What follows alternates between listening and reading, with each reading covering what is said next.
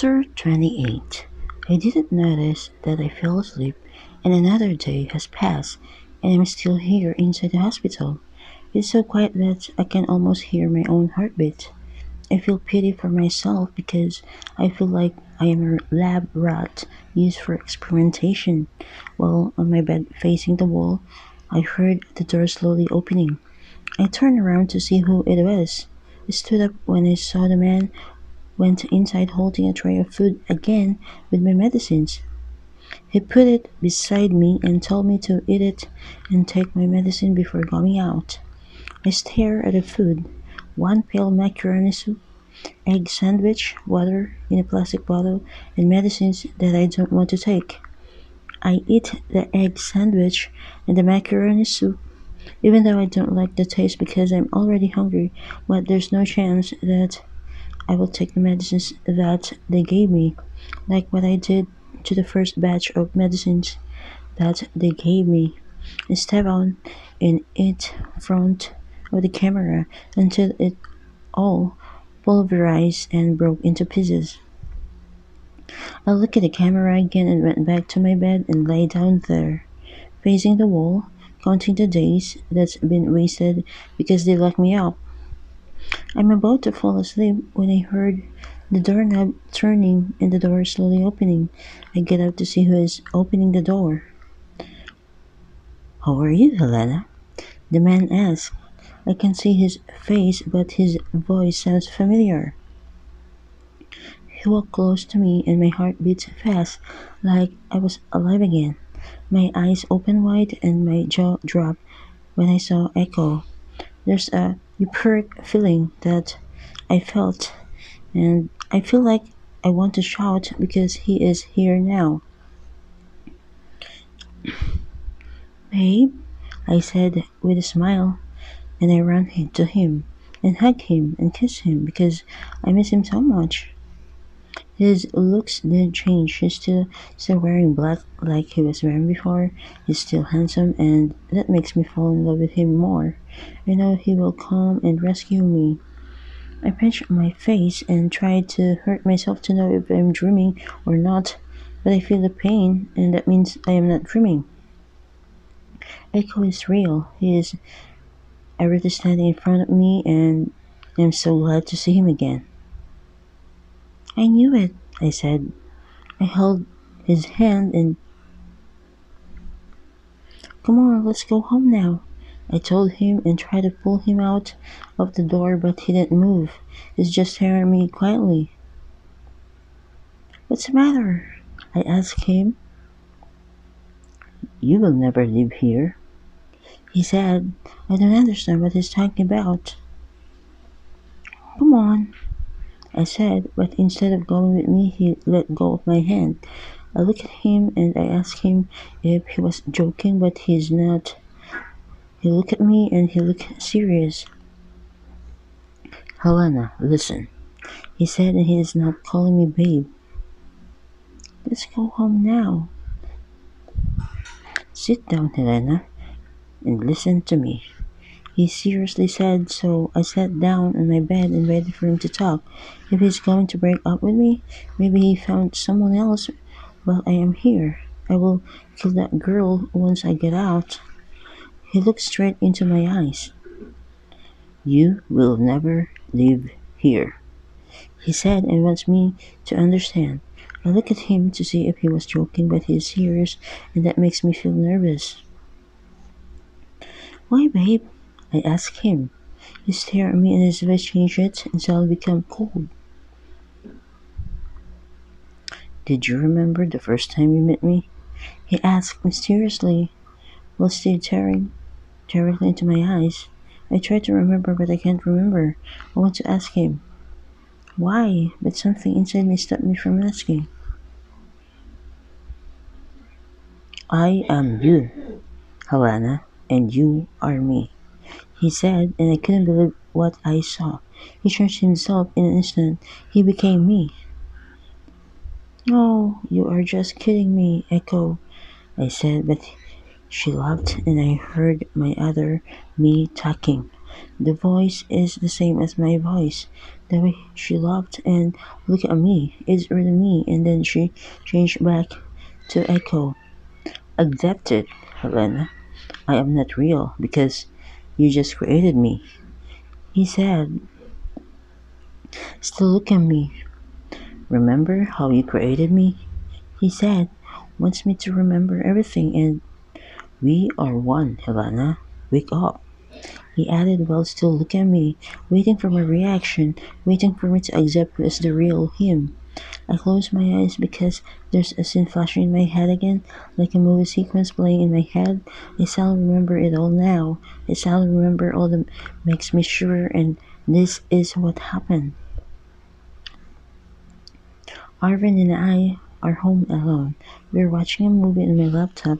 We take out foods like pizza, burgers, and tacos. We even bought beer to enjoy the night. First, we are just relaxing, caressing each other while watching a movie. He was so sweet to me.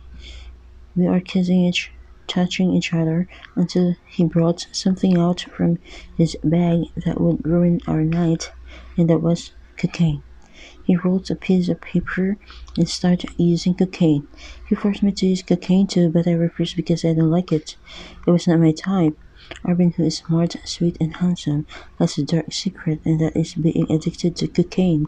After using cocaine, he became so aggressive. He started kissing me to the point that he is forcing me and hurting me already. I remember what brother Mike did to me when I was a kid. The sexual abuse and forcing. I remember it all because he was forcing me now and sexually abusing me. I tried to warn him, but he didn't listen. He ripped off my skirt and blouse even though I told him no. He tried to rape me, and I fought him back. He punched me on my stomach and told me to give it all even though I don't want to. It's not the night I wanted. The sweet boyfriend that I knew became so violent in an instant. I pushed him hard and he fell on the laptop. That is why my laptop's screen broke. I tried to run, but he grabbed me by my hair. He slapped my face and started kissing me again, and I kicked his penis and I saw his face turning red. It was my chance to run away from him. I ran before he regained his strength.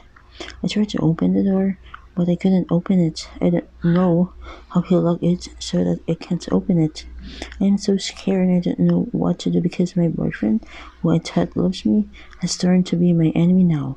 I went inside to my parents' room and hid there while wishing that this night would end. I hid under the bed and I'm trying to control my fear because my heart is beating fast. I'm scared that he might hear it. I hear him whistling and I hear his footsteps too. Helena, babe, the game is over. You can go out now. He said, but I didn't come out from where I'm hiding. Mine is big, fat, and it's like a jackhammer. I can satisfy you, babe, and you will not regret it. He added, and he started whistling again. I know he's still looking for me because I still hear his footsteps until his footsteps stop. Ah, I screamed when he suddenly grabbed me by my hair and pulled me out from under the bed. Gotcha, he said, and he threw me on the bed, put my legs up, and started kissing me again. No, I begged, but he didn't listen. Stop, please, I begged again, but he didn't stop. He is like a hungry lion craving for meat. I can feel his breath and saliva all over me, and he is raping me, struggling me, and I can't breathe anymore. I saw a flower vase made of steel on the table beside the bed. I grabbed it before he killed me and hit him hard on his head. In an instant, he let go of me, and I know he felt dizzy. His head is bleeding, and he is standing in front of me. I don't know what happened that night, but one hit on his head is not enough.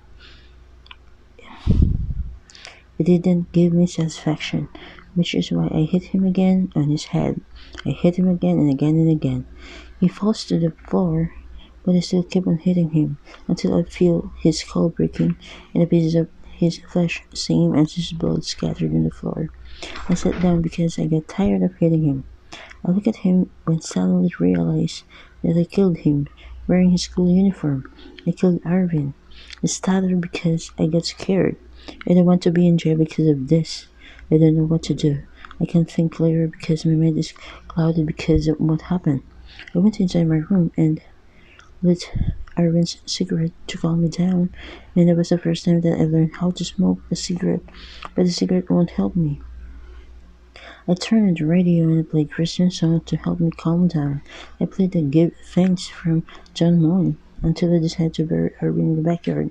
I buried all the evidence too, the vase, his bag, the beers, the box of pizza, and everything that can put me in jail.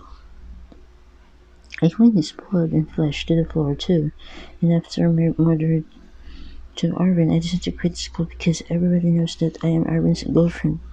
I know they will ask Arvin to me, and it will remind me of killing that I made.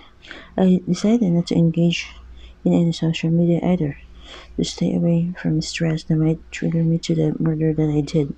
Stay away from the world not because of the depression about my Nancy was dead, but because of the murder. I killed Arvin. After cleaning the mess, I'm still scared and weak. I feel like I want to break down. I look at myself in the mirror and cannot see myself anymore.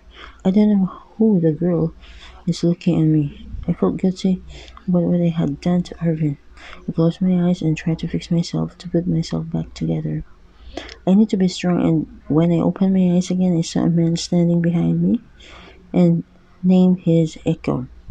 A man who is fighting me because I'm scared, will make me strong because I'm weak, will protect me because I am defenseless, and most, a man who will love me because I am in love.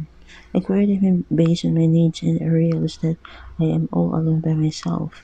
While they make love, the hugs and kisses, I love yous, the last waltz dance, the killing of John, killing of Belinda, the hating brother Mike's legs, the kidnapping of brother Ben is all me. I remember when Belinda asked who is Echo. It is because she can't see Echo. It is because Echo is not real. That is why he is Echo. An echo into my head, a voice that I created, the character that I created. That is why we are one. Out of conscience, I also make myself believe that I am God's angel and I did the right thing to Arvind because he is evil and needs to be punished. Now I remember everything and I couldn't believe it. That is why you never live here, Helena, he said while still looking at me, his voice like an echo repeatedly whispering in my ears. Accept the fact, Helena. No, I whispered while covering my ears and shaking my head.